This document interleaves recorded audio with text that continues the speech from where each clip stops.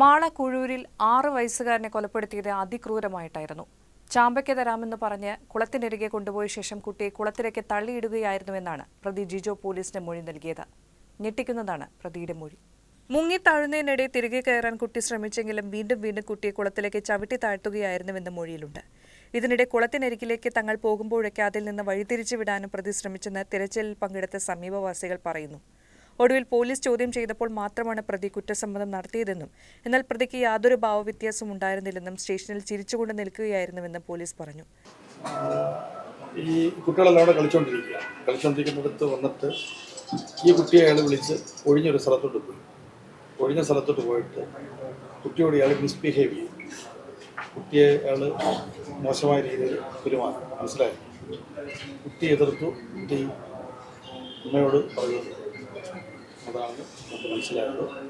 അമ്മയോട് പറയുമെന്ന് പറഞ്ഞപ്പോൾ പിന്നെ എന്നാ ആയിക്കോട്ടെ എന്ന് പറഞ്ഞു മുഖം പൊട്ടിപ്പിടിച്ച് ബലമായിട്ട് പുഴയിലിട്ട് കുളത്തിലിട്ട് കൊന്നുകൊണ്ടാണ് നമുക്ക് പ്രാഥമികമായിട്ട് മനസ്സിലായത്. കുളത്തിലേക്ക് ജോജോ കുട്ടിയെ 2-3 വട്ടം തള്ളിയിട്ടു എന്നാണ് പോലീസ് പറയുന്നത്. അവസാനം ചവിട്ടി താഴ്ത്തി മരണം ഉറപ്പുവരുത്തി. കുളത്തിൽ നിന്ന് കുറച്ചപ്പുറത്ത് മാറി ജാതിയുടെ മുകളിൽ കയറിയിരിക്കുമ്പോഴാണ് മറ്റൊരു കുട്ടി ജോജോയെ കാണുന്നത്. കുട്ടിയെ കണ്ടോ എന്ന് ചോദിച്ചപ്പോൾ ഇല്ല, ഞാൻ തിരിച്ചു പറഞ്ഞു വിട്ടു എന്നാണ് പ്രതി പറഞ്ഞതെന്നാണ് നാട്ടുകാർ പറയുന്നത്.